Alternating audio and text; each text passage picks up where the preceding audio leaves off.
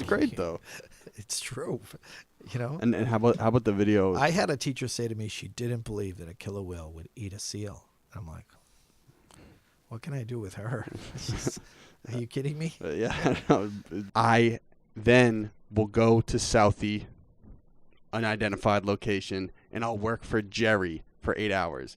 Jerry, which is, you'd say 8 hours, right? Few hours, yep. Okay. My name is Jerry Pallotta. Thank you for having me on my golden hour.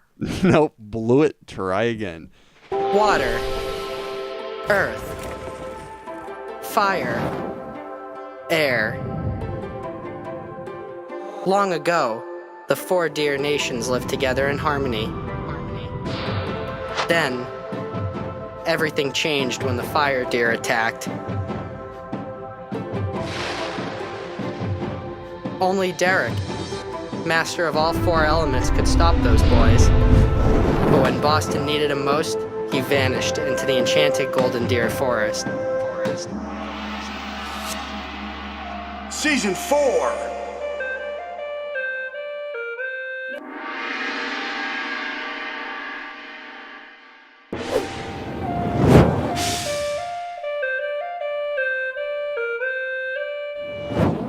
So when we're live, just so you know. Yeah. So I'm gonna introduce you. Don't worry, I'll show you how it works. But one interesting thing about the studio is it's nonstop. So like you would, Round the clock. if you were my age, you would thrive in an environment like this. Yeah. Because, as you know, I know how we work. So it's just Yeah. So listen, I'm gonna preface this. It might be kind of a long intro, but it's important. So I was highly uncomfortable. And I still feel a little weird about running this episode because nobody knows that this has been going on. But I take care of golden deer stuff right now. I'd say probably 10 hours a day. I then will go to Southie, unidentified location, and I'll work for Jerry for 8 hours. Jerry, which is, you'd say 8 hours, right? Few hours, yep. Okay.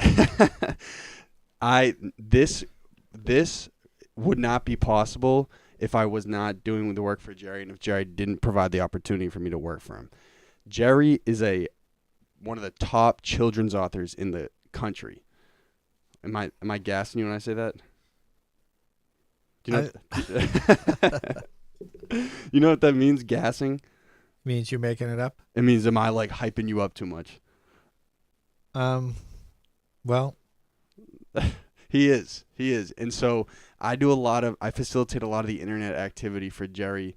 We do a lot of other great stuff. We make moves together. It's a blast. And it was important to me to do this because as Jerry doesn't really understand like how I'm kind of living a double life here with the growth of the show, but it's important to me to understand because I feel like I'm going to be doing big stuff in the city for a while, and so I really wanted everyone to know kind of what was going on when everything started for me. So that's why this is important. So hey, Big J, thanks for coming, brother. hey, thanks for having me on your show. Do you want to just tell the audience who you are, like what's happened? Jerry Pallotta. I grew up in Medford. Spent every summer in Scituate. I had a wonderful grandmother and parents who let us go to Scituate on the beach, and so Medford, Scituate. When I was a teenager, my parents moved to Scituate permanently. I think of Scituate as my home. And then, but I raised my kids and my family in Needham. He's a Boston boy. Yeah, I'm Boston all the way, yeah. And I live in Southie now. And so I also want to preface this as we start. I normally run it very informal, but given Jerry's audience, because teachers and students and people of a different audience are very dedicated to his books, there could be an instance where I might swear or say something that might not be kid friendly, so I just want to preface that. I'll tell your mother. We're not going to talk about that on here either. So listen, Jerry is like one of the most interesting, I think, success stories that I've ever encountered, and I feel very blessed to be a part of it. You started in insurance, correct? Yeah, when I got out of college, I worked for an insurance company. Well, tell them where you went to high school and then where you went to college. I went to Boston College High School, BC High, which I love and have great respect for. And then I went to Georgetown University. And like anyone else, I married my college sweetheart, and we had 4 kids You know that doesn't happen in a lot about anymore, 6 right? years. Doesn't happen? No, it's infrequent. It happens in most of the country. Just not up here. So then all of a sudden I had 4 kids under 6 years old. And during that time I got a job, insurance company. So I worked at an insurance company. Interestingly enough, it was actually my grandfather's insurance company. It was. I guess it was hard work, mentally hard work, at first. But eventually I enjoyed it. I had really nice customers and clients. And about the time I started to be good at it, I left because I was writing books at night. So what was that, like 10 hours? Like 10 years of insurance? I was there 15 years, but after 10 years, I started writing books. So my wife told me to read to my kids. So my wife went to one of those lectures at an elementary school where the guy said, read to your kids, read to your kids, read to your kids. So she used to make me read to the kids. So I don't give and you much, were writing as you were reading?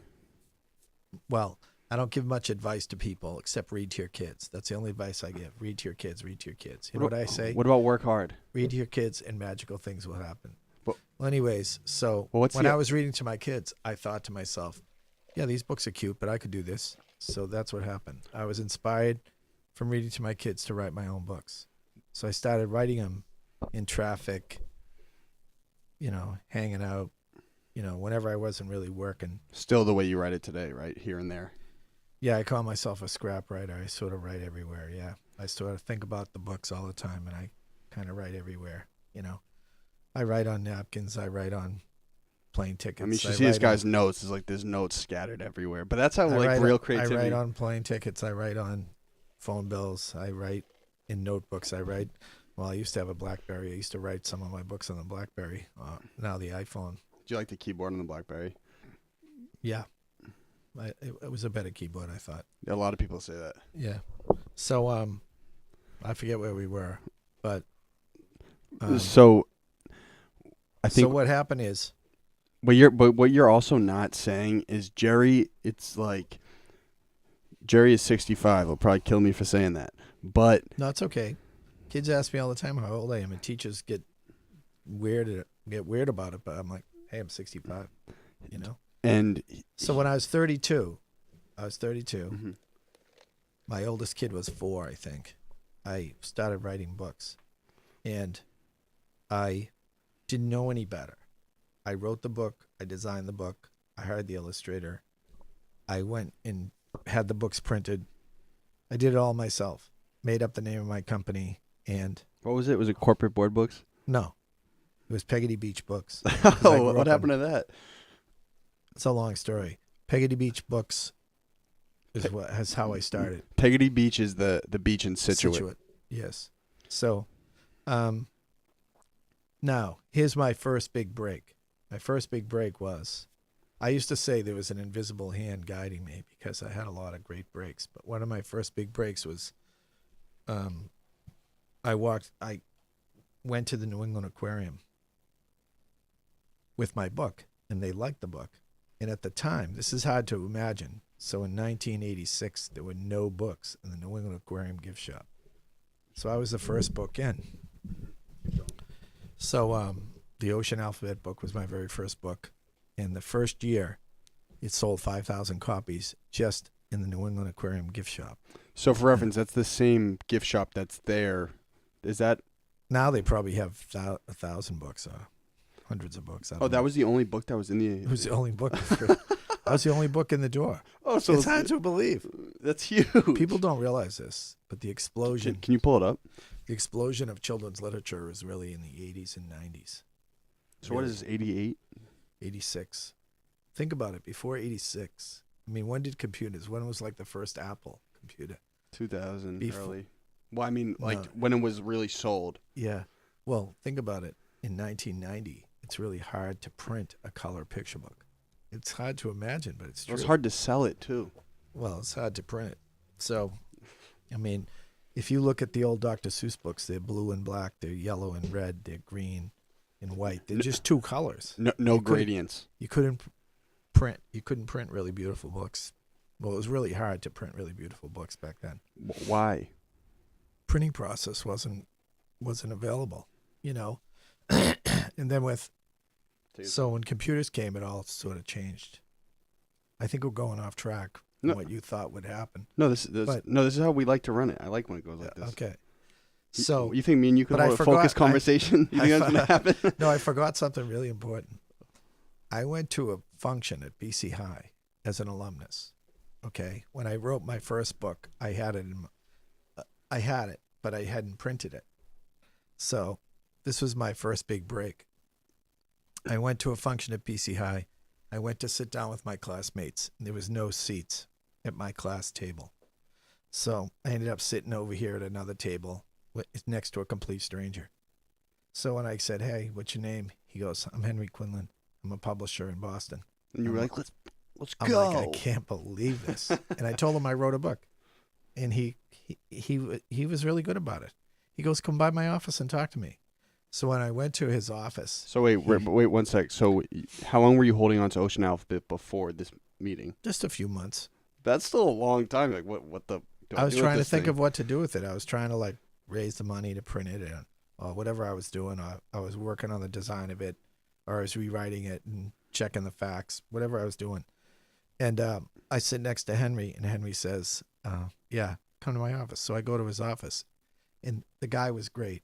He didn't mishandle me in any way. He coached me all about publishing, and he told me what to do. He was your age? No, he's like 20 years older than me. And so he ran like a pretty prevalent publishing company in Boston? He ran a publishing company that was mostly law books, but he was getting into other kinds of books. Actually, he did a whole line of trivia books, which was interesting. Remember when trivia was really big?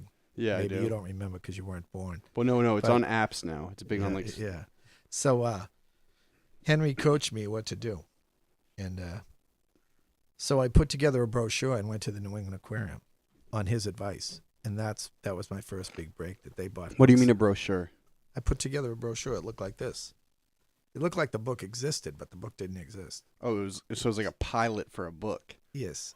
I did. This guy got so lucky. I had the cover, and I had how you could order them and everything. It looked like you could the book existed, but it didn't exist. And this is again 80. So then 86. Yes, 86. So I get a big order from New England Aquarium, and now I got to print them. So then I had to print them. But and you weren't at the time. You weren't telling your family, right? You weren't telling your family this was going on, right? Well, I was telling them a little, but I had kids in diapers at the time. I was like trying to hold it all together. So I was working my job. I was doing this at night, and then eventually I got the books printed, and I got them in the New England Aquarium. So that was big break number 2. First, I meet the guy who coaches me all about publishing. Then I get in the aquarium. So we're talking about like luck, how important luck is, Yeah. Is it weird when you look back? You're like, wow, things could have gone a little differently if I didn't catch these like big wins. No, the third big thing is the lady who ran the aquarium gift shop. I feel bad for kids today, but back then every aquarium in the country had their own gift shop manager. Now one place manages the whole country. It's terrible. I know. I called him. You're either in or you're not. So what happened is she called all the other gift shops in the country for me or helped me. And now all of a sudden I was in all these aquariums all over the country. So this is, I guess you'd call it a success story. So I get in the Shed Aquarium in Chicago, and I get in the National Aquarium in Baltimore, and I get in the Chattanooga Aquarium, and I get in an aquarium in Texas. So you're fired up. I get the aquarium in Seattle. I'm everywhere, and I'm shipping books all over the country out of my cellar in Needham.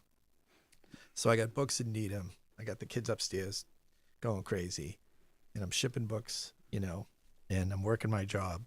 It's crazy. So not many people can handle that type of chaos. So then I'm lucky I grew up with seven of us in my family. My house was total chaos. You're used to crazy shit, dude. My house was total chaos Yeah. growing up. I have a friend who was an only child. He thought our house was the greatest place on earth. He thought our house was Disney World, you know? So anyways, then I wrote a bug book, and then I wrote a bird book. Icky Bug Alphabet. So I'm wheeling my kids through the Autobahn in Lincoln. You know the Autobahn in Lincoln? You probably went there with you when you were a kid. I'm wheeling my kids, and I go over to the Drumlin Farm. yeah. Yeah. I go over to the gift shop, and my kids are like, "Buy me a toy," and I'm like, "No, we're spying." And we're looking You're to see doing if research. we'd see if anyone was writing a bird book. Of course, there were no bird books there for kids. It's hard to believe, isn't it? So it was a different era, though. It's before the explosion of children's literature. So This is awesome. off we. I decide to write a bird book. So then I decide to write a bug book. So I'm working on those at the same time, and I'm doing everything I can to pay the illustrator. One of the moves I made that was very important is I demanded great illustrations. Like, I had a publisher who wanted me to do them like in black and white. If I did them in black and white, I wouldn't have a career, you know. But I demanded great illustrations. So How much of the formula do you think to a children's book is both illustration and the writing? Well, it's really strange. I noticed reading to my kids that they didn't like photographs. They like It's hard to they like the believe. message more. They like illustrations, which I couldn't figure out why kids will like that. You could have the most beautiful picture, and they didn't really like pictures in books. The kids loved illustrations. So I just thought, okay, I have all my books illustrated. So then I tried to find the best illustrators I could find. So one of my boys was playing in the backyard, and he found a cricket, and he picked it up, and he goes, "Icky." So I stole the title, Icky Bug Alphabet. And even till today, It's 30 huge. years later, Huge. Icky Bug Alphabet's still my best-selling book. More than all the Who I don't know wins? why. Well, the Who Would Wins are smoking hot. You know, the killer whale versus great white shark starting to catch up. But, you know, over the last 30 years, the Icky Bug Alphabet has sold the most copies. So it was all because my boy, he was 2 years old, told me bugs are icky. So I stole the title from him. But So- can I be honest with you? I don't. It's interesting. Like I couldn't see you. What if you weren't an author? Like, what if it never worked out? It would be such a travesty. You know what I'm saying? Like, what the hell? I don't know. I'm a fortunate guy. I found a career that really fit my Your- personality and my Your skills. my skills. Yeah. How much did you have to foster that? Like being able to write? I find writing really hard. I do too. Really hard. Really. I think it's hard for everybody. You know, to write something that someone else would want to read. But it's hard to sit down. I feel Yeah. you know for us. Yeah. When you're ADD, it's really hard to sit down. You know, I have a friend I call ADD cubed. Shout out to Mary. She calls me. Alice. She calls me ADD squared. You're just regular ADD, I think. Well, I'm ADHD. So, anyways, The thing is, you know, it's gonna be interesting when we'll play this back. We'll speed it up, and you'll see how much we're fidgeting and doing other stuff. oh yeah, no. So I'll tell you this. This was another big break. Remember, I said the invisible hand was guiding me along the way. All right. So, I did a ocean book, and it's nonfiction. It's true. Everything in the book is true about the fish. And then, you know, then I did birds, nonfiction. Then I did bugs, nonfiction. Now, I don't know this in my head. I don't know consciously that I'm writing thematic nonfiction alphabet books. Okay. There were no other alphabet Now, this books is at the before time, right? the internet, so nobody can go online and look up some bird and look up some. They can go to an encyclopedia or something. So I sort of look at them as mini encyclopedias, right? And they're fun. But I'm doing nonfiction, so this is my next big break. The country around 1990 switches to nonfiction. Like in the old days, there was Mother Goose, and there was the Smurfs, and there was, you know, fairy tales, really. So the country switches around 1990 from fairy tales to nonfiction literature. So I had a line of nonfiction books. So my books took off in the 90s.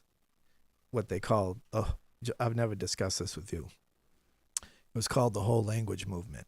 Now, there's people that hate the whole language movement, and there's people that love it. What does that mean, whole language? It meant that it means a lot of things, but mostly it meant they stopped using textbooks, and they started using children's literature to teach certain things. Like if you were going to teach fractions, you could use a textbook, and it would probably be, boring, or you could take a children's literature book about fractions and you could teach with that.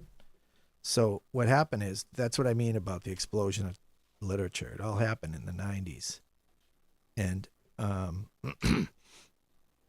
instead of like 1 or 2 dinosaur books, there was 1,000 dinosaur books. You were on that early, though, right? What? School alphabet before all that? No, I kept doing nonfiction. I did bugs, birds, flowers, reptiles. So I kept going. What Jerry's getting at, too, Butterflies. is for a while he was referred to as the alphabet man. Yes, I was. My first 25 books were all nonfiction alphabet books. Yes. Hits. Massive hits. Yes, they sold really well. And Jerry is extremely humble. He's, like, very humble. And one thing I totally learned from you is, like, no matter what, like, you just got to keep your head down and keep working, Like, that's one thing you haven't really commented on how it's grown for you, is, like, just how important the hard work was. Right. Well, I didn't get to that yet. Sorry. So part of the whole language movement was to visit, to have an author visit your school was really something. So maybe authors didn't visit schools that much, say prior to 1980. I'm sure they did, but not a lot. All of a sudden in the 90s, everybody wants authors in their school. So I now had a second career. I could go and speak at schools. Constantly touring. Yeah. So I started touring, for lack of a better term, like a maniac. The school year's 180 days. I was touring 150 days a year. He was at it, man. Like, yeah, I was touring. And he still does it. Yeah. He's still crazy.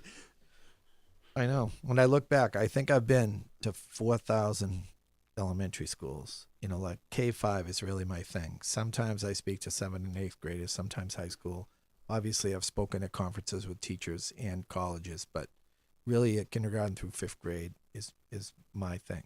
Like, I woke up one day and just said, this is my thing. Like, if someone says, well, why don't you speak to 7th and 8th graders? I'm like, well, it's not really my thing. It's also interesting. I didn't know you before it all started, but you relate. There's a 65-year-old man. He relates to kids like effortlessly. You think that's just like a skill you have or something you developed? Well, I grew up with 71st cousins. Grab Ocean Cousins. Show 'em Ocean Cousins. Where is it? I did write a book about all my cousins, yeah. Hey, if you're in the audience, is one thing we didn't say. Most of you are 18 to 26-year-old males from Boston, but if you got kids at a young age, let's start them reading on the JP books. Well, thank you. So, sure, Big J. I forget where we were, but I was saying you relate to kids very well. All right, so I start touring the country, and I had a career touring the country, giving speeches. And I would say that when I first started, it was challenging. And eventually, I learned how to talk to an audience. Oh, you I have to developed think, it. yeah. And teachers used to comment, why don't you talk about this? Why don't you talk about that? Why don't you do this? And eventually I kept changing my show until it was really acceptable in the schools. You adapted. Yeah, I adapted. So I have to thank this principal down in Richmond, Virginia once. He said to me, if these kids don't behave, it's your fault. And I was thinking, are you kidding me? I thought the guy was a jerk. Are you kidding me? I didn't say that to him, but I was thinking in my head. And he goes, you have to learn to control an audience. So they'll behave if you control them. If you don't control them, it's your fault. Yeah, he was basically saying, I used to think the teachers should control the kids, but now I learned you can control them. If you have a great show, you can control the kids. Well, yeah, you go up and down with the energy at certain points. Right. And you learn how to do it. I saw other speakers that really, struggle with it. No, that really taught me some tricks of how to handle the crowd, So Well, when you talk, you just keep it moving, you know? right. Like, kids' attention spans are only so high. So Jerry's just like keep switching the side, new fact. Hey, I know my kids. show has 250 slides in 1 hour. That's a lot. It's like in moving. the new It's one's moving. like 100, right? No, it's 250. No, the new one. Oh, I'm talking about the new one we made. Yeah. Yeah, that's short. So 300. Whoa. Yeah. But there's a little line he frequently says, like, "Hey kids, hey kids, hey kids," and it grabs them. They're like this. You know, he's a master. I don't know where I learned that, but I probably learned it from doing it. Have you noticed you do it? Yeah. You know, so they are kids though. Well, you kill it. Yeah. So I watched some authors who wrote beautiful books and never did anything, and their books didn't sell very well. And I watched other authors who wrote beautiful books who never did anything, and I decided I would treat my job like a regular job. Like, I'm going to get up every day and I'm going to work from sunup to sundown on my career. So I did that. If I wasn't... No, you still do that. Yeah. If I wasn't visiting a school, I was either talking to illustrators, Shipping books, talking to publishers, signing books, shipping books, whatever. So I decided I would treat my career like a regular job, and that's what I did. So going way back 30 years, I had read biographies. Like I read a biography of Jay Leno that he did over 300 stand-ups one year. And I read Machine. that the rock band The Police did 350 concerts in 1 year. And I thought to myself, that's what it takes. I'm going to have to get out there and visit as many schools as I can. I once met an author who told me she was exhausted from visiting so many schools. And I go, how many did you visit? She goes, 15. And I had done 150 that year. You're like, lady, so stop what can whining. I say? What can I say to her? I can't say anything. I have to bite my tongue at lunch and pretend I didn't do 150 schools that year. Swag. She's telling me how exhausted she was from visiting like, 15 lady, you schools. serious? So that's I'm not like, making fun of her. But no, it's just I like know a it's different- fine. a It's different- fine. I realize that novelists have to stay home and write. I realize that. Well, so if you're a novelist, you can't really be me. You know. Well, I don't think I could work with any other author besides you, man. Honestly, There's there's no other. It's very important, and I'll talk for Jerry for a sec. But there's no other author like him because he runs his career like a very fast-paced business. Everything moves very fast, and when you traditionally think of authors and you think of people in creative positions, you think of people who take their time, develop their ideas, and adapt. But Jerry is always on the go, man. And it's inspiring, man. Like, he's 65. I still think, though, that I have to, when we're writing the books, though, we're working hard.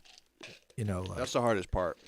You know, writing the books and making them fun to read and making them full of facts and information and trying to appeal to kids. That's really hard work. You don't think you have it down to a formula by now, though, because you have some... I don't know. I don't really think I have a formula, but, you know, I want to break the formula. You know what I mean? Try new stuff. Yeah. You know, You're also a big ideas guy. Jerry's got a gazillion ideas at once. So. Hey, I was can we visiting- stop real quick? Yeah. It's pretty easy, right? This is fun. You like it? Yeah. Great. All right, keep going. I don't know where we were. You were talking about I was told you breaks I had. I met the guy in publishing. I got in the New England Aquarium. I got in all the national parks around the country. touring like a maniac. Then I met my first publisher by accident. So I was doing too much, and I had to pull it back, and I ended up giving my books over to Charlesbridge Publishing in Watertown. And they were a bigger publishing company at the time. Right. And they brought my sales from 100,000 books to 1 million books in 1 year. Whoa. And that was a big break. You know, Wait, Charlesbridge is in Charlestown? It's in Watertown. And what's the name of the press in Davis Square? Candlewick? Candlewick. I'm not with Candlewick. Okay. You know? So how does... I was with Charlesbridge. I haven't finished. Continue. Well, you can ask me anything you want, but I was with Charlesbridge, and then there's a company in America called Scholastic, biggest children's publisher in the world. And Scholastic to me is like, I hate to do sports analogies, but that's like being in the NFL, being with Scholastic. So it's like being Charlesbridge with the is Patriots. like, it's like being with Belichick. Yeah, Exactly. So maybe we shouldn't say that because most of the country doesn't like him. It's a Boston show. It's all right. So Scholastic came calling, and they're like, "Come down to New York." And you were pumped. Yeah, it took me a long time to get a phone call like that. How deep were you into the career at this point? Starting when you're 32, when's the start? Let's see. Oh, it's like, maybe 15 years into my career. That's amazing, man. Honestly, it's So after the testament. Well, the testament is just like you're not describing it in like really fluid detail. Like Jerry had a full family at home, and he would just pack his SUV up with books and go from school to school to school, giving an energetic performance every time, never complaining, selling books, just hustle, man. Yeah, I love didn't you. So Scholastic called me up, and I went down there, and they were like, "Well, what do you got? Well, what do you got?" And then that was a very interesting story that I was at another, I'm trying to think of the word, cutting edge event in publishing. What happened is, It comes in waves, right? I don't know. What happened is Scholastic clubs, which sell books in classrooms all over the country. Okay? I mean, that's the ultimate goal. A guy like me, get your books in every classroom in the country. That would be the deal. Okay? So the clubs, So- just can you clarify, the clubs are like, it's like a catalog for teachers to buy books it's a for their catalog curriculum. for teachers. Right. Okay? So it's been around since 1928. All right? And they're the biggest, I think the biggest publisher of children's books in the world. Okay. So they call me up and they say, this is what they used to do. All the old publishers, Simon and Schuster, Little Brown, Harcourt, all the old publishers used to take their excess stock and give it to Scholastic, and they would put it in their catalogs cheap to sell to kids. So that's what they used to do. They used to buy excess stock from all these publishers all over the country. They did that for years. So a new team came in, and the new team said, we're going to be our own publisher. We're not buying stuff from everyone else anymore. So like I was right there, and they said to me, do you want to be on the team? So it took me 3 seconds to say, yes, I'm in. Just like that. I'm just, like, maybe the average guy would have said, let me talk to my mother. Let me call my agent. It speaks it to was what's like- going on. it was You like, say yes. You boom. always say yes like I this. was like, boom, let's do it. So I ended up becoming a Scholastic Book Club author. So I was still doing books with Charlesbridge, alphabet books, Sleeping Bear. and math books. By the way, I missed a whole section of my career. I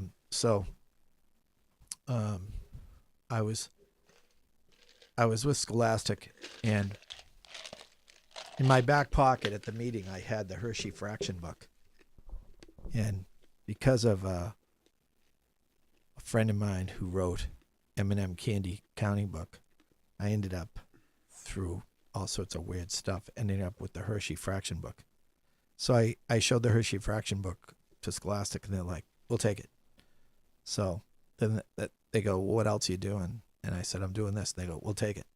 And I end up selling a lot of titles. And I started a career at the Scholastic book clubs, reading clubs. Well, yeah, they just kept asking for new ideas. And like, okay, fine. Yeah. We have the resources to publish this and print this. Let's do it. Right? But I don't want to make it sound like they bought everything I had, because there was plenty of books I thought of that they said, no, we don't want that. No, we don't want that. And you've had books underperform too, right? Yeah. I've had plenty of rejections and stuff that failed, Did you just become immune to it at a certain point? You're like, okay, I mean, No, it still hurts. yeah. It still hurts when you write something and you put your heart and soul in it and nobody likes it. Like I wrote a vegetable alphabet book and it doesn't sell very well. And I wrote a boat alphabet book. I wrote a boat alphabet book and it got the unbelievable reviews all over the place across the board and it didn't sell at all.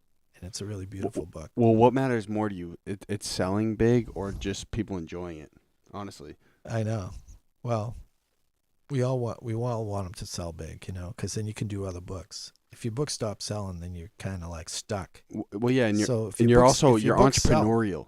It's like as an author, you're very entrepreneurial, and it's like you're putting it on the line consistently. Yeah, if your books sell, then you can do more books, or you can do books they normally wouldn't let you publish. I wrote a book, a crab alphabet. If my other books weren't selling so well, I don't think they'd let me do a crab book. And I did a book. Why? It's just not a popular creature. Yeah, it's not a popular creature. When you think of kids, butterflies, dolphins, tigers, right? You don't really think of crabs, So, except Jerry's very knowledgeable on crabs because like you grew up just playing with them at the beach. Yeah.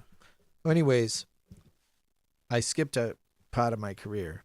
So what happened is I'm the worst interviewer ever. No, I skipped a part. It's my fault. When I was touring the country, teachers would tell me what's going on. They'd say, butterflies are part of the curriculum. So I wrote a butterfly book. And then they'd say, we don't have any children's books on math. And I'm like, really? And like, no, we don't have any children's books on math. We have textbooks. We have worksheets. We don't have any children's books. That's another thing you told me. You find open space. You find open space, right? So that's what happened. I did write books on the military. One sec, just elaborate. Open space. He means like he was gauging what the market needed, and like what he could create. I did write books on the military, but at the time there's no military books in the United States. It's hard to imagine. There was no book on the Marines. It's like one of the biggest brands in America, the Marines, right? There's like the Yankees, Hershey Chocolate, the Red Sox. Patriots.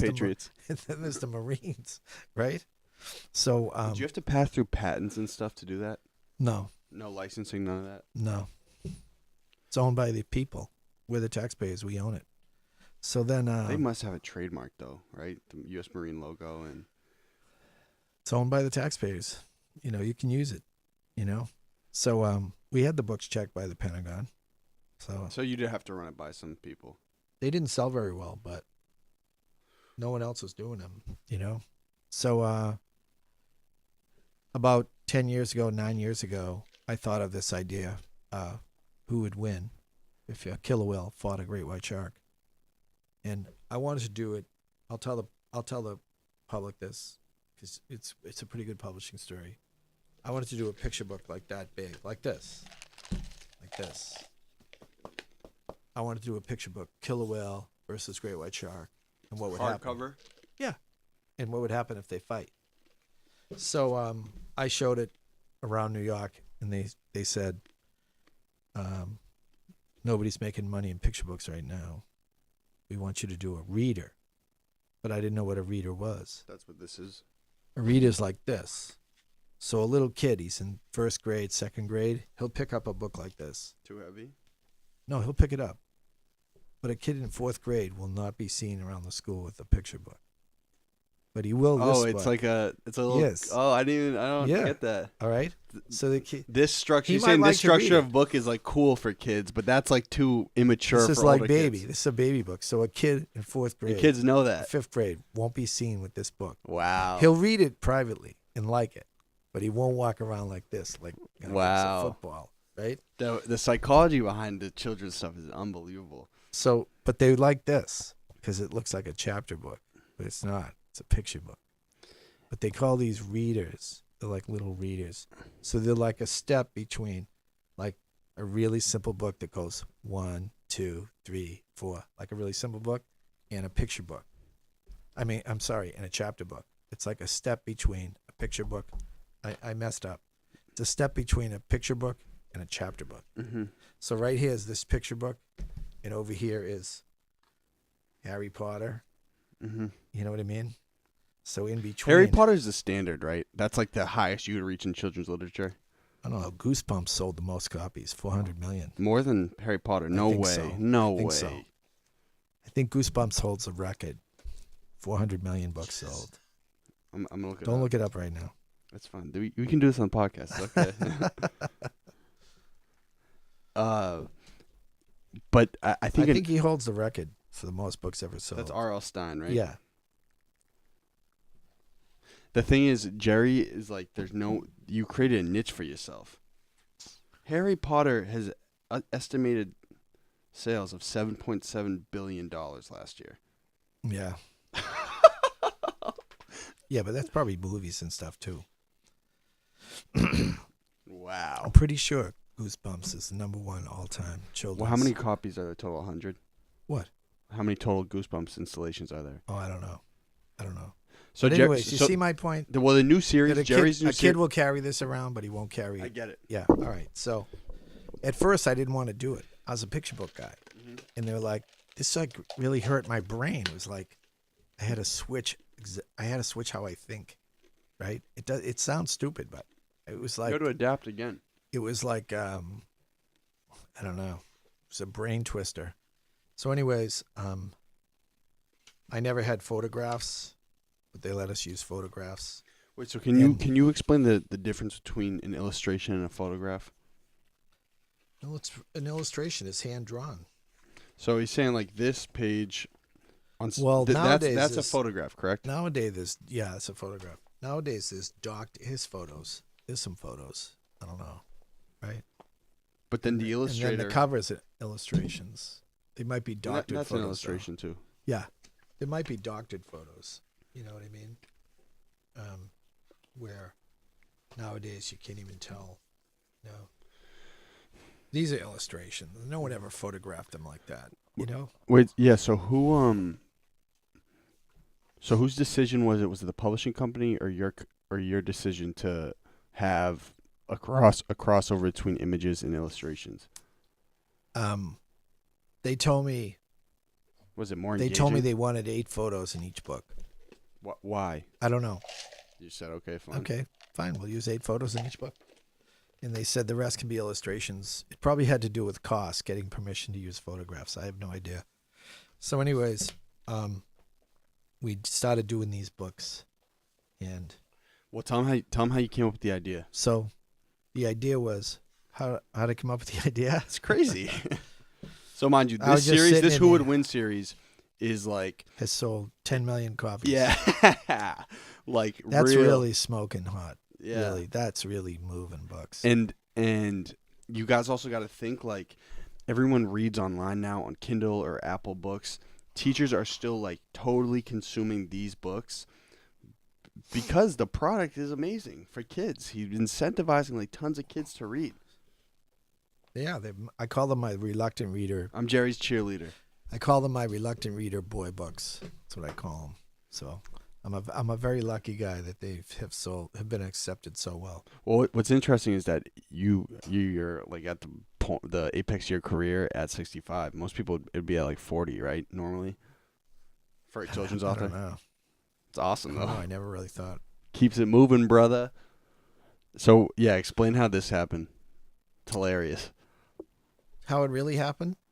I was gone for 2 weeks visiting schools, and I landed at Boston, at Logan Airport.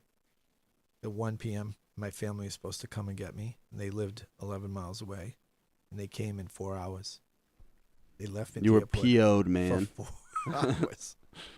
So during the 4 hours, for the first hour, I was really You were mad. pissed, yeah. Really bad. And then I just sat down on a bench, and I said, I'll try to make constructive. Be productive. I'll try to do something with my time, and I won't be mad. And I sat there, and they picked me up 4 hours later. But during that time, I thought of killer whale versus great white shark. I sat down, and I just, in my head, thought of the whole book: mammal, fish. Mm-hmm. You know, Can I be honest with horizontal you? tail, vertical tail. again, breathes air, doesn't breathe air. students, teachers listening to this, I'm going to use one bad word, but people were probably so pissed when they were like, why did I not think of that? Because every kid wants to know who wins in a fight, a lion or a tiger, you know? Yeah.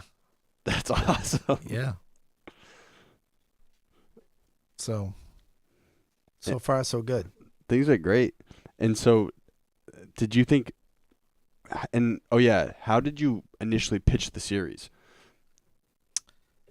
I mocked up 3 covers like this. I mocked up 3 covers like that. And I explain the yellow and red text. I didn't write the books, but I mocked up the 3 covers, and I showed it to them. I go, do you want this series? And it said, killer whale, great white shark, lion versus tiger, polar bear, grizzly bear. And it actually got rejected initially, and later on they picked it up. It was actually rejected by 3 different publishers. Scholastic rejected it initially? Yeah. So how did you repitch it?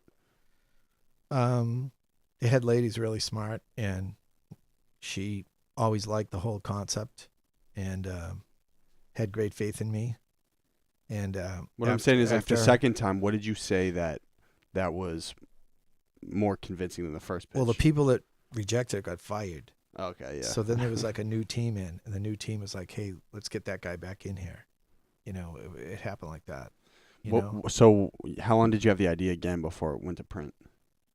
In the pilot, the draft. What? How long did you have the draft before it went to print? It actually went to print, you know, well, I think it was 8 months before they called me back. And then it went to print like maybe less than a year later. So you're during this 8 months, you're persisting, like you're. Yeah, I was working on it. Oh, I mean, but like, are you consistently like hitting up the publishing company saying, hey, what do you think? Hey, what do you think? Hey, what do you think? Sort of, yeah. You know, I was working with the illustrator. I didn't have an advance or anything, so I was probably using my own money, getting the illustrator going, getting them excited, you know. And you've done a lot like that, like a lot of self-started. There's now 21 who would win books. Hot, 21. man. Yeah. And you've done a lot. We've done one every 6 months. It's kind of hard to do one faster than that. That's like really pushing it. And some of the ideas for the books are hilarious. Some of the ideas you get. Yeah. It's awesome. Green ants, army ants. 500,000 green ants against 500,000 army ants. Yeah. What was I going to say? I think, can you just briefly, in a synopsis, tell someone, if there's someone listening that might be interested in writing a book, how to go about it? Writing a book? And writing and selling a children's book. It's hard, right? I would say, I have a friend who says I don't write books, I finish them. And at first I thought that was goofy. Then I thought about it. He's right. A lot of people write books, but they never finish them. So you got to finish it. And after you finish it, send it in. My own opinion is, who? Send it in to the publishers, to the children's book editor. So, yeah, but when you send it, is it with images? Is it just the text? Ideally, just the text. Ideally, yeah. So obviously, some people draw their own stuff. But I personally feel that if you have a really creative idea, the publishers will buy it. You know how they say, well, it's really hard. Yeah, it is hard. It's really hard to be creative. So my own opinion is, if you have a really creative idea, someone will buy it. That's what I think. If you have like a run-of-the-mill, same story that everyone has told forever, then it's really hard to get published. So that's what I think. So what would I do? I would write the book. I would finish it. Well, so and then I would submit it. So yeah, but what I'm saying is, who would you submit to? The Scholastic. I would submit to. I'd look up. I'd go to a bookstore like Barnes and Noble. Let's say I go to a bookstore, and I'd look around at what you think your book looks like. That's one thing we should talk about after this is Barnes and Noble and the shift in selling books. How much has changed? I'd look around and find what you think your book looks like, and then see who the publisher is, and then write to them. Or, that's what I would do. I'd look at other children's books, find out. So just look online, find so out just who like selling anything find else. out who the children's editor is, and send it in. So it's just like anything else. You just go and pitch it, right? You can't really call them. you could send it. Email. Send it. You know. Send. But I will tell you this: I once went to. I was trying to get my books in McDonald's in the Happy Meals, and I went. That's a great idea. I didn't even know that. Yeah, I went and met the guy who's in charge of that. Of Happy Meals. Yeah. No way. He was great. The guy was great. But I learned something that day that I'll never forget. What? Behind him was 500 unopened packages. So, in other words, 500 people put their heart and soul into something and mailed it to him, and he never even opened it up. but you showed up, right?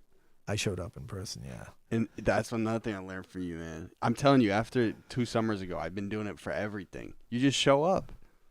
I don't know where I learned that. It's awesome. Insurance, probably. So, 500 packages unopened. Wow. Anyways, he was great. Wait, so you wanted to put what book into Happy Meals? At the time, I was trying to put the alphabet books in the Happy Meals.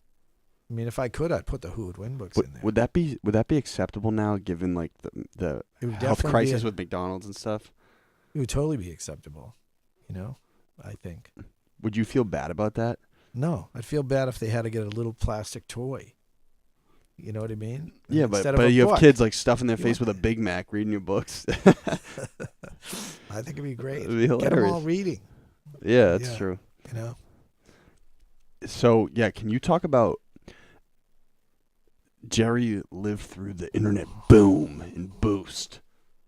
So he has told me a bunch. Well, like, I'll tell you this: but when the Barnes and Noble borders. Listen, when I first started, there were 2,000 independent children's bookstores in America. 2,000. And they're all gone. They're almost all gone. What do you mean, like Henry Bear Park? Is that an independent? No, I mean like Yellow Brick Road, the White Rabbit. Oh yeah, I mean, okay. I could go around the country and I remember the names of a lot of them. So my books were all over the place in these little bookstores in America, and they're all gone. So that happened.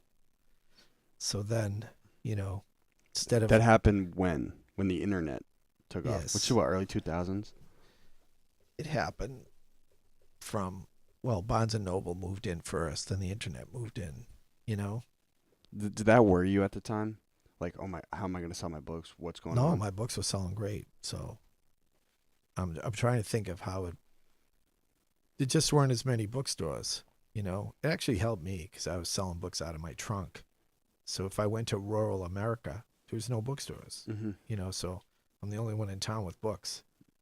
So it was kind of good for me personally. Huge. It was good for me personally, but, you know, it wasn't good for the people in those towns, you know. They had no bookstores, you know. So, of course, now you could get everything online. And everything is online. You know, by the way, you know what happened? And I don't know how this affects me. Probably I have less sales from it. But in the old days, if you had a book and your kids grew up, what do you do with that book? And, you know, you used to just bring it to the dump. Really? Or donate it to a church or something? Mm-hmm. Nowadays, you can sell it online. Resell You know, like, it. so there's a whole big secondary market that never existed before. But how that really resellers. affects me, I don't know. But you can buy my books, used books, online, you know? No, you can't. Anyone listening, you can't. You got to buy from the website. So additionally, but what you had said is like 2004, like Barnes and Noble was popping, and Borders just fell off the face of the planet. Yeah, one of them embraced the internet and the other one didn't. That's true. Barnes and Noble started selling online, and Thing didn't. Borders didn't. Borders didn't believe in ebooks at all. So they I forget what they did, but they didn't embrace ebooks, you know? So supposedly these big authors today, the big novelists, 70% of their book sales are ebooks. Children's books has never caught on, which is kind of a weird thing. Well, it's 'cause you got to teach kids physically, probably, right? With a I don't physical know. book. It just hasn't caught on. People aren't buying ebooks for children like they are adult books, you know? I'm not an expert at it, but I could tell you that I know one of my books, my book on Fenway Park, sold 15,000 hardcovers and 8 ebooks. No way. 8. Well, did you sell it at Fenway? No, I'm not really involved in selling that. at Fenway. You know, I should, but I'm not. You know, I've tried to Off get air, it. off air, I've off tried air, to off get air, it. off I've air. tried to get it in there. Yeah, we'll figure it out. It's fine. So, I think from a success point so far, you've been very transparent about how it happened. The one thing that I've learned from you is that, like, you say yes to everything. Well, that's not really true. No, I would try anything to promote the books. No, but Is that what you mean? No, what I'm saying is you don't overthink stuff. You know, you go. Which, how much of your biggest wins do you think is based on impulse? For instance, can I just tell you a quick story? Yeah. I started this show on impulse. It's now the biggest in Boston. Yeah. Totally on impulse. One day I was like, okay, we got to start something. We got to get the podcast started, right? Yeah. Started it in a place, shouldn't have been running it. You know what I'm saying? We're in it, dealt with the repercussions, and kept it moving. Do you think there's a lot of that, looking back on your storied career? Well, I was always close to the kids, so I could tell what the kids liked. So I might have done stuff other people didn't think would work. But How many children's authors you know are really going to come on the biggest rap podcast in Boston? Honestly. Yeah. You like the format of the podcast? In my next life, I'll be a songwriter. He loves the Beach Boys. That's right. Is it Brian Wilson? That's his name? Yeah. That's real music. Dolores O'Riordan, that's real music. That's right. So you think there's now there's independent opportunity for authors still? Yes. The market's not oversaturated? Well, it's different than when I started. I mean, can you imagine there was no children's books in the New England Aquarium? It's hard to imagine. Can you imagine there's no podcasts in Boston? Honestly. No, so what were you saying? You don't think the market's oversaturated? And here's another one. Well, I think there's 1 million dinosaur books. 1 million. You know, so I would say that's probably oversaturated. But and I would say don't make other any books subjects- about creatures or animals. other subjects probably aren't oversaturated. Yeah. You know? Really creative stories probably isn't oversaturated. Or new characters. We need new characters. I wouldn't say they're oversaturated. But, you know, some subjects are. That's what I would think. You know? Have you started to notice at any point, given that you're like a gatekeeper and a lot of this stuff, that there's shifts in the market because of the books you're producing? Like you start seeing more. I can tell you this, that when I started writing alphabet books, all of a sudden the whole country was writing alphabet books. Hey, that's my true. guy. It's true. That's my guy. At first I was kind of mad, but, you know, I was even forwarded emails clandestinely from people saying, hey, Jared, look at this. You know, some publisher that said, we want you guys to read Jerry's books and imitate them. Like one publisher editor was telling someone else. And people would send me the email, say, look what they're doing.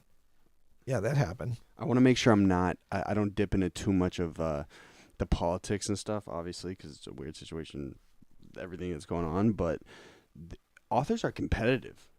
Yeah? Yeah, I guess.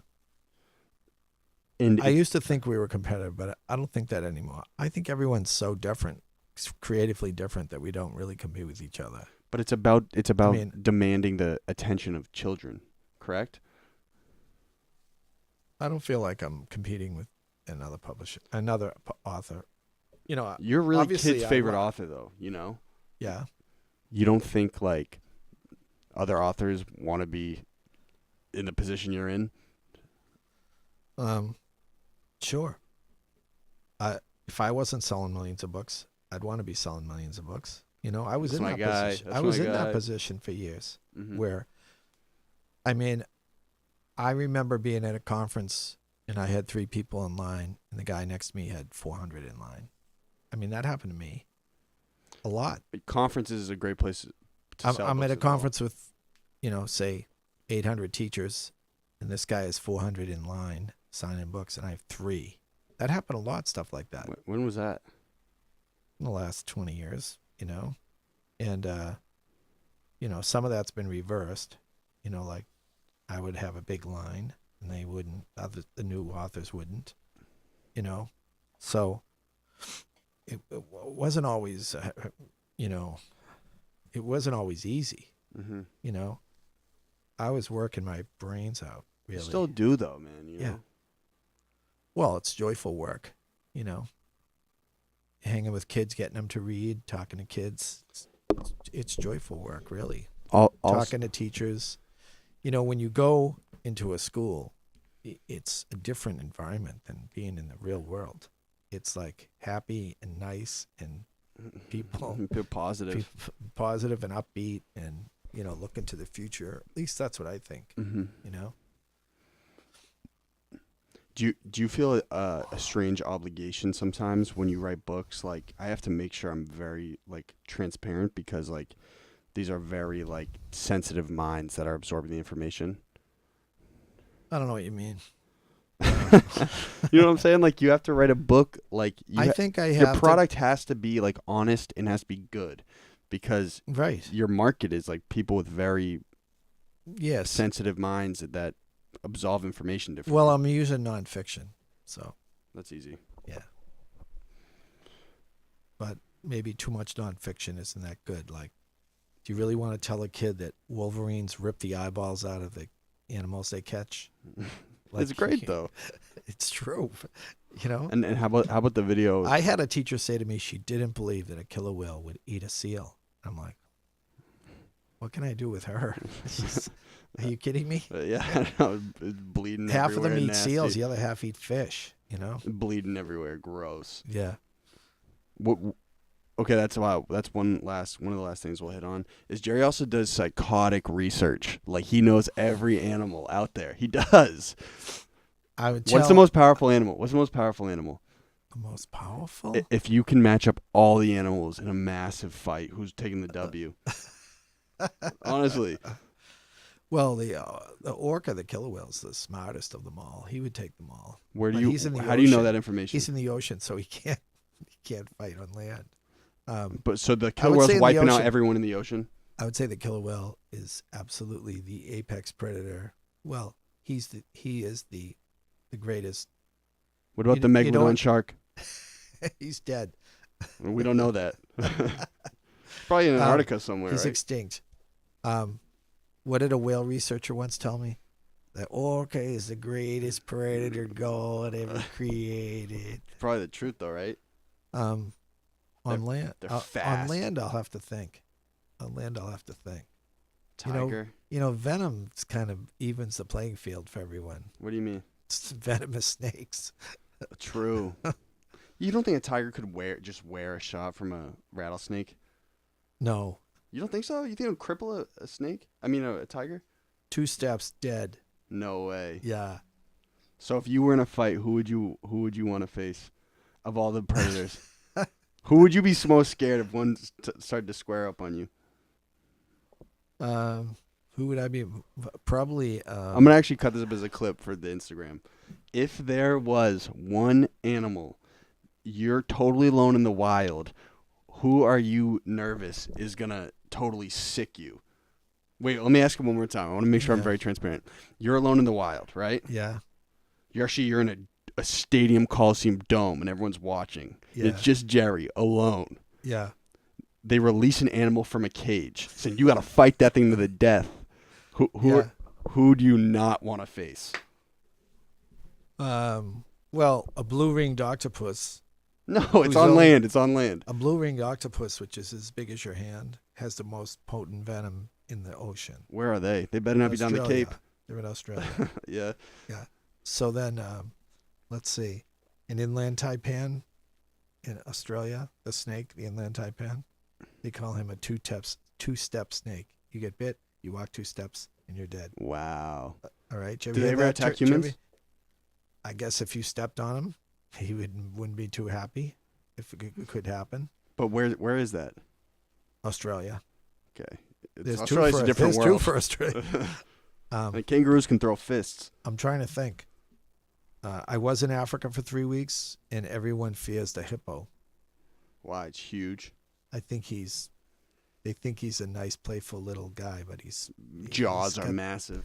He has a mean bite. Yeah. Did I ever The tell you crocs are afraid of him. crocodiles? They're afraid of the hippo, yeah. Can you also talk about the distinction that crocodiles are far more dominant than alligators, right? Not even close. I don't know. They're They're way that story. bigger. They're way bigger. A saltwater croc is the biggest croc. Yeah. They're like dinosaurs, crocodiles. Yeah. Yeah. Uh, And they're lightning fast when they strike. They're like, if you were walking along the beach. oh, how about that video with the tiger and the alligator? Yeah. That's the craziest video. There's this video online. I think everyone should go search it. This tiger's like stalking through this creek, and this alligator's completely defenseless. And this It's tiger. a jaguar. Oh, jaguar. Jaguar, the greatest hunter on earth. Yeah. Oh, so back to the call. Who would I not want to fight? A tiger, I guess. They're really That's the intelligent. most boring answer ever. Tiger. No one wants to fight a tiger. They're really intelligent. And quick. A guy at the zoo told me that the lion is the dumbest animal at the zoo, and the tiger and the elephant are the The smartest. male lion. Female's different brain complex. It's the truth. Yeah. Did I ever tell you how I saw an attack when I went to Africa? Yeah, I saw her kill myself. I saw a lion take down a wildebeest. I saw a zebra. Yeah. This is the saddest shit I've ever seen. I know, it's terrible. It's awful. It's awful. Yeah. Did it you know is. I got on my knees and I prayed inside the Wrangler. Yeah. I said, please God, let me see an attack. And Because then we when saw them stalking. We saw them walking along the path, Yeah. stalking slow. We saw this huge group of zebras over here, all the lions coming. It's all female lions. Yeah. And it was the saddest, most devastating thing I've ever seen. Yeah. Because they single one out of a pack of 100.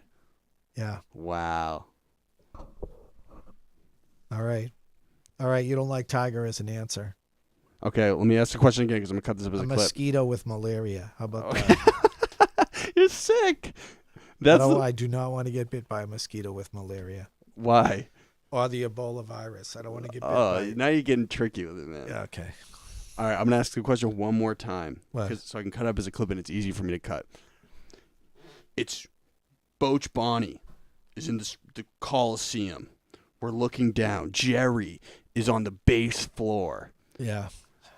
My staff has a cage and there's a curtain, and we're about to open up the curtain, and you have to face what's ever in there. Yeah. Who are you least confident in the wild that you can take on? A tiger. He's enormous. Oh my God. He's enormous. He weighs 500 pounds. I weigh 200. What about Komodo dragon? I would say I could outrun him. No, he's pretty fast, right? I could outrun him. What I ab- could outfake him. What about a cheetah? reptile. What about a cheetah?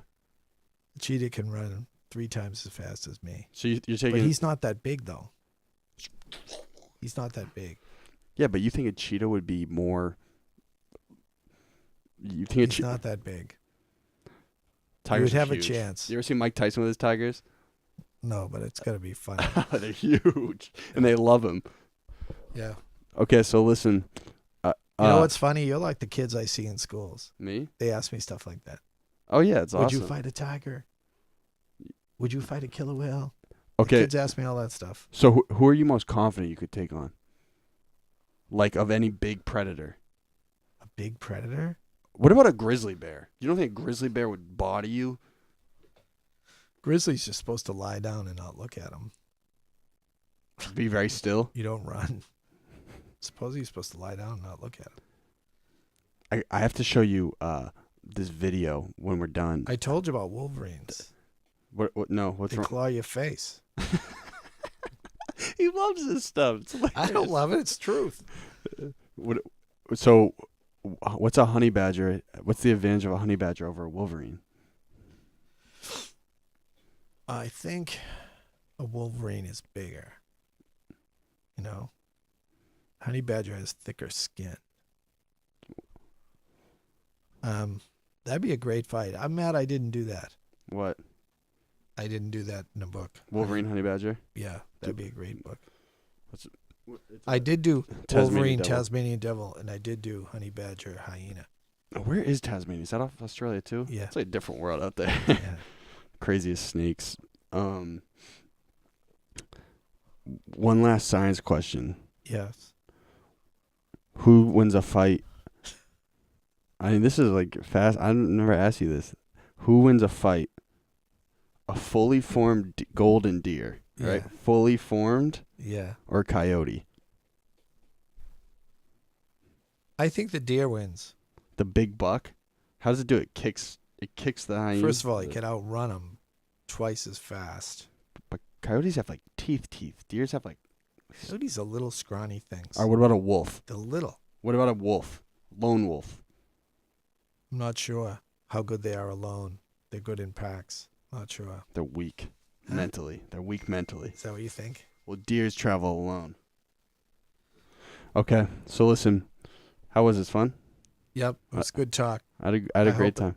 I think the teachers and kids would like it. I do too. And I think, didn't I do a good job making sure I said a couple swears, but not that many? I don't think you said any swears. I hope I sat good with good posture. You did great. My tie straight. My hair's combed. Do you get how podcast works now, though?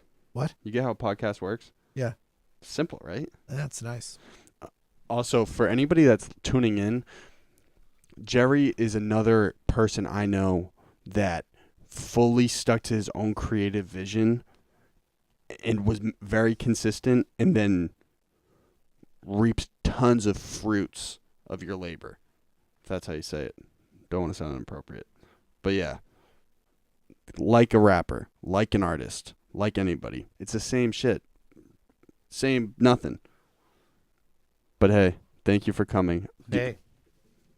Nice to Corporate. Say hi to everybody. I'll see you at your house later. All right, so listen, this is how we start and end this, okay?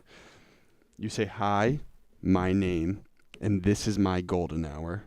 Directly after no break, hi, my name, and that was my golden hour. Hi, my name is Jerry Pallotta, and this is my golden hour. Hi, my name is Jerry Pallotta. Thank you for having me on my golden hour. Nope, blew it. Try again. Hi, my name, and this is my golden hour. Then hi, my name, and that was my golden hour. I would say I'm children's author. I would say I'm children's author Jerry Pallotta. Hi, I'm children's author Jerry Pallotta, and this is my golden hour. Big J. Hi, my name is Jerry Pallotta, and that was my golden hour.